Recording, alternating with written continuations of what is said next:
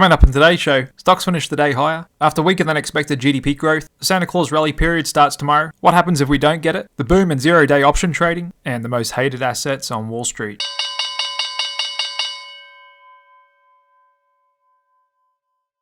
Welcome back to the Click Capital Daily Market Show, everybody. Hope you're doing well out there. My name's Jared. I'm going to get you updated on everything that's happened on Wall Street and global financial markets this Thursday, with the last trading day before Christmas tomorrow, and what is officially the start of the Santa Claus Rally period. That's the 5 last trading days of the year and the first 2 trading days of the new year. And I'll show you the stats on that in a bit. First, let's just look at a bit of an overview on what happened in the markets today. So we got some weaker than expected economic data in terms of GDP. That brought bond yields down. The stock market loved that. We saw some pretty good gains in semiconductors, along with some healthcare stocks, and industrials had a good day as well. And there's a look at the S&P 500, finishing up more than 1% today. And I've just updated my regular chart, replacing the range strength indicator with my institutional buying percentage indicator, as I use that quite a bit myself. And instead of just showing it for the S&P 500, I'll now show readings on all the assets we cover on a daily basis. And if you'd like to get lifetime access to this institutional buying percentage indicator, which works on all assets around the world, to give you an idea of what the smart money is doing, then head on over to my website, clickcapital.io, click on the red banner up the top, and just for a couple more days you can get lifetime access to all of my custom indicators, plus my latest investment presentation. On a microcap stock I released a little over a month ago, it's already up 25%. I think this is just the beginning. I'm looking for at least a double or a triple on that. And you can get all of that for the one-time fee of $249. So click the link below this video if you're interested in learning more about this special offer. Okay, we'll come back to the charts in a bit. First, let's look at today's news, research, and data out there. So we got the revised US third quarter GDP growth getting trimmed a little bit to 4.9%, bit below expectations of what was previously reported at 5.2%. That was due to consumer spending, the main engine of the economy, not as strong as it was first appeared. That was revised down to 3.1% from 4%, and business investment expanded at 2.6%. Annual rate of inflation in the third quarter was revised down to 2.6% from 2.8%, and it could be a case of the higher rates just starting to slow spending down a bit, and that could be what Jay Powell has been looking at and causing him to go a bit dovish. We also saw a bit more weakness in the manufacturing sector than expected, with the Philadelphia Fed manufacturing gauge dropping to negative 10.5, and manufacturing's been contracting for a while now, and that accelerated from the last reading we got of negative 5.9, and economists were expecting negative 4. And so that weaker than expected economic data, it's no surprise we saw a fall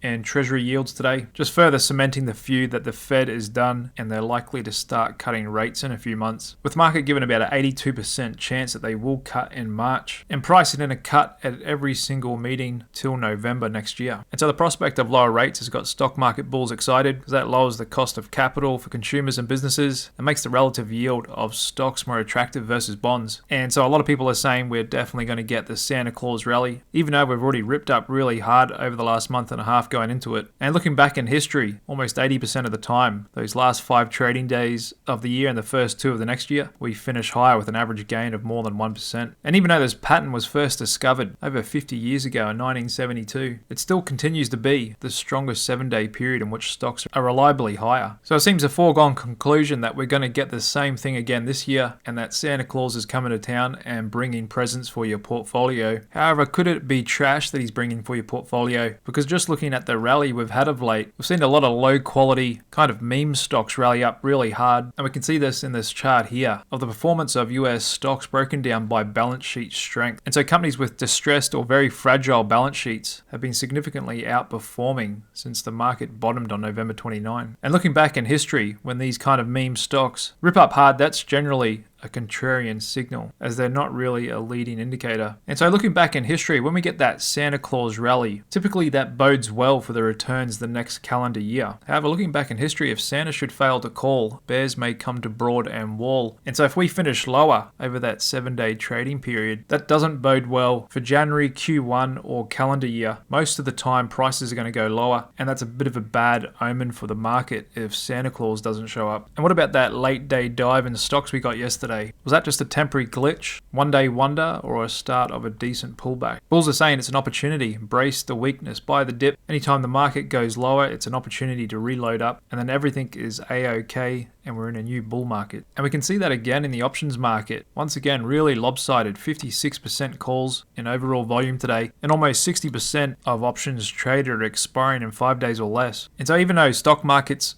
are just getting back to their all-time highs now, we've seen a huge boom in 0DTE options this year. That's options expiring in less than 1 day, which is a relatively new addition to the exchanges, allowing people to bet where the S&P 500 is going to finish the next day, along with a bunch of other popular products, and the CME group is going to expand that to more option expiries tied to gold, silver, copper, and most likely more into next year, as it's a booming business for them, as options expiring within a day have made up around 36% of US index options trading in 2023. That's up from just 15% in 2020, when short-term options trading really exploded during COVID lockdowns. And just looking at the long-term average daily options volume, just a decade ago, we were looking at about 17 million contracts traded a day. And going into COVID, that's absolutely exploded. We're now averaging 44 million contracts traded per day on US option exchanges. And here's a chart of the share of options volume that expire in 5 or fewer days. So before COVID, that was around 28%, and that's been climbing towards 50% this year. And most of it is call options volume. We can see that's averaging around 25 million call option contracts a day, and that's no surprise when prices are ripping higher. Everybody's trying to jump on board the bull train. Some of the most popular options: Tesla, NVDA, Amazon, Meta, Apple, all the mega cap 7s, which should come as no surprise either, with the mega cap 7 composite index sitting at all-time highs and having a great year, recovering all their losses from last year. So everything looks good in the stock market, but what about some risks for next year? One of them could be from the massive repricing in commercial real estate, kicked off by COVID as well, and the work from home trend, and that continues to play out as a long-term circular trend. We're seeing that with big city office buildings falling 26% in price from a year ago. In addition to some trends of people leaving city centres, heading out to the country, which is also bringing down some inner city apartment pricing as well, especially in some cities like San Francisco, which some say is in the process of turning into another Detroit, on the back of years of failed policies and being overrun with criminal activity. A lot of banks, especially regionals, still have big exposures to these commercial real estate loans, and that can result in a huge 160 billion in losses for the banks if that all comes crumbling down, which we haven't really seen yet. And so there's a number of banks out there, especially the regionals, that have outstanding debt balances greater than the value of the property, and those prices are continuing to plunge. And the late Charlie Munger, at his last shareholder meeting, warned of a storm brewing in US real estate and said that it could engulf the banks and impact the broader market. He went on to say, "I think that the hollowing out of the downtowns in the United States and elsewhere in the world is going to be significant and quite unpleasant," pointing to the fact that foot traffic near stores and metropolitan areas is 10 to 20% below pre-pandemic levels, while office attendance is 30% lower than before COVID. So it's a good point. It's kind of hard to see how the banks can easily just swallow up all of those losses and massive repricing so easily. And so I guess in addition to the US Treasury, the banks would love to see some lower rates next year as well, so they can refi much more cheaper than what they could do now. We had jobless claims coming today at 205,000, showing the labour market is still holding up pretty good. The unemployment rate at 3.7%, almost near record lows. I've seen a little softness in the last couple of months, but continues to hold in there pretty good. But the CEO of the biggest human resources company out there, Paychex, says the job market is softening and bankruptcies are rising, and he would have pretty good insight into that, as their whole business is based around doing payrolls for other businesses. He went on to say, while we haven't seen any normal signs of a recession in our data, we started to see some softening in seasonal hiring in the quarter, particularly in our large client segments, including our HR outsourcing businesses, many of which typically add seasonal employees at this time of year. And they just reported earnings, even though they came in as expected. Market didn't like their outlook and commentary from the CEO, sold off pretty hard today, down 7%. Moving on to commodities, and OPEC, Saudis and Russians just can't seem to get their way with where they want the price of oil, and that's because the US has done a great job this year of producing more oil than any other country in history. And that's been a big turnaround over the last 15 years. Back in 2008, US production was at a 62-year low. And so the states have become much more self-sufficient and less relying on the Middle East, and that'll be a trend that goes into the future, exacerbated by clean energy. And there'll be a point in the future when we, the West, no longer have to buy any oil from the Middle East or Russia. And we've been seeing some cracks in the unity of OPEC over the last couple of months, with that growing today after the country of Angola announces its decision to leave OPEC, citing that they would not gain anything from remaining in the organization. And that's lifting concerns there might be growing pressure within the OPEC cartel to raise production, something the Saudis, the most powerful member and biggest Arab producing nation, don't want to do. Just looking at the price of crude there, just kind of coiling up going into Christmas, low volume, sitting just below $74 a barrel. And because of weakness in the global consumer, record non-OPEC country production, and the loss of unity in OPEC should keep the price of oil and soft and under $80 a barrel for this foreseeable future, unless we get a real conflict coming out of the Middle East. Staying on commodities, overall 2023 was a tough year for the asset class, even though we had some good individual movers like gold and orange juice hitting all-time records. The biggest gainer of the year was my favorite, uranium, up 85%, orange juice up 78%, the weakest being coal, nickel and natural gas. But overall commodities led lower by crude, could be setting up for a contrarian trade next year.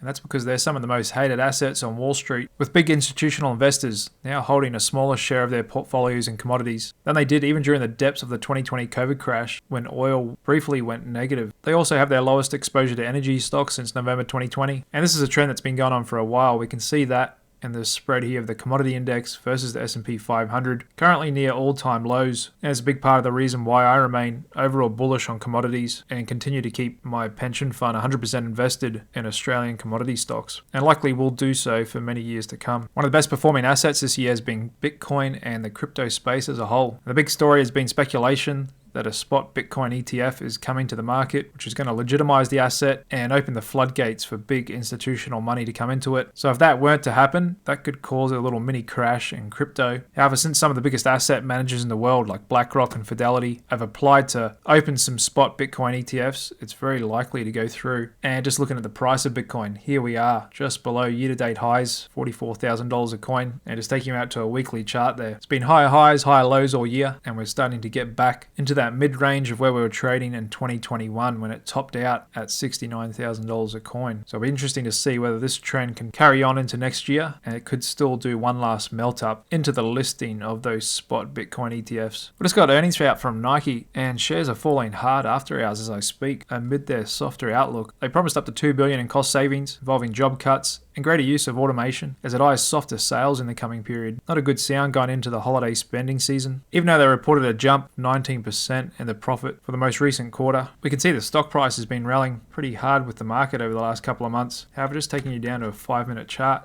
to see the after hours action getting slammed really hard, now down over 11% as I speak. Pretty big move for a 200 billion market cap company, and once again showing a bit of a contrast with the general consensus in the market and what we're actually seeing from these big bellwether companies. Moving on to the fear and greed index, still quite elevated here at 74. They've been in the greed zone for over a month, and it looked like corporate insiders have gone on holiday, drastically pulling back their trading yesterday, both sales and purchases. Bit of a soft day in market breadth. Only 246 stocks and ETFs breaking out to 52-week highs today, including Micron Technology, high-yield corporate bonds, Boeing, General Electric, Royal Caribbean Cruises, and only 35 stocks and ETFs breaking down to 52-week lows. Hershey, AMC, and a bunch of other small caps. VIX actually shot up to almost 14.5 today, before pulling back and finishing at 13.6. Still got a little bit of volatility risk premium in the market, and we're continuing to see that pullback in bond market versus stock market volatility. Put call ratio is still really low with everyone buying calls, and there's a 10-year sitting at 389. And a solid short-term downtrend, which has been helping TLT rip up.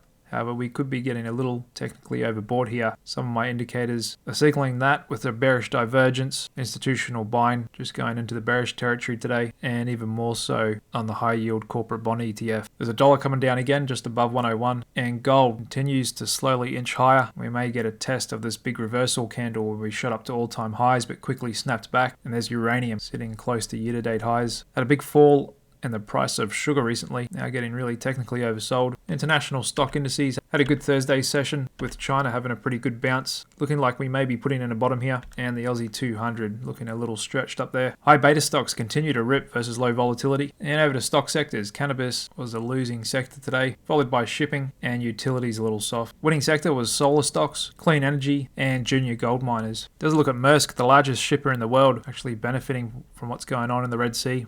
as shipping rates have shot back up. Also active today was Carnival Corporation, reporting earnings a bit better than expected. Still posting a loss, but the market liked that, up over 6%. Same with chipmaker Micron, reporting earnings up over 8%. And there's a look at Alibaba, one of the best performing large cap stocks today, up almost 4%. And like I said back down here, that was a really good level for a long-term investment and is likely put in a bottom there. And my indicators were screaming buy back down there as well. We can see my reversal signals firing off. Nice bullish divergence on the hidden divergence, and my institutional buying percentage indicator getting really high, showing readings above 70% there. And this is a stock I think could surprise and actually outperform next year along with the Chinese stock market, something no one's really expecting. There's Intel inching higher again, along with General Motors and Walgreens, and the banks seeming to hold onto their rallies, but looking a little toppy up here, starting to get some overbought signals, and the market could be due a bit of a pullback here. So there we are on the S&P 500, going into the Santa Claus rally period tomorrow. And so will Santa Claus show up,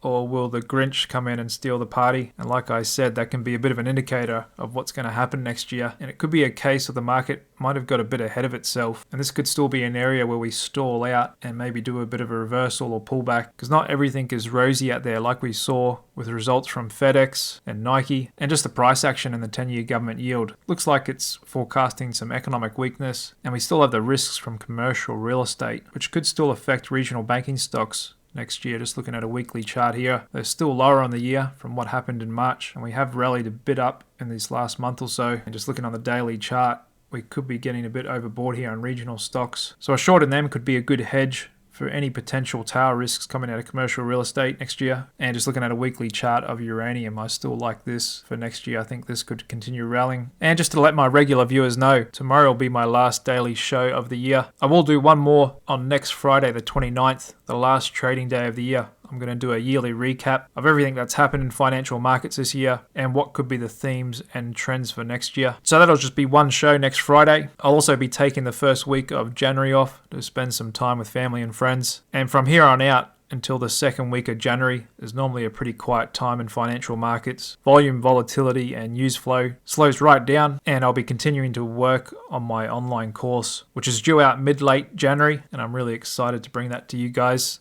Something I've been working on for the last 6 months, where I'll be sharing all my trading and investing strategies, including what long-term positions I hold, in addition to a bunch of other things. So I'm really excited to bring you guys that next month. And in the course, I'll also be going over my indicators and how I use them. So if you'd like to get lifetime access to them, it's one of the best prices I'll ever offer. You've only got a couple more days to take advantage of this special deal. Head on over to my website, clickcapital.io/Christmas. I'll put the link below this video. All you need is a free TradingView account and to enter your email address, TradingView username, and you can get access to all of my custom indicators for TradingView today with no ongoing costs, including my latest investment presentation. And for all my members, you'll also get offered my online course for a discount as well. So head on over to my website, clickcapital.io, to learn more about this special offer. And that's all for today. Thanks very much for tuning in to Click Capital, and make sure you come back tomorrow for my last daily show of the year. See you then, guys. Cheers.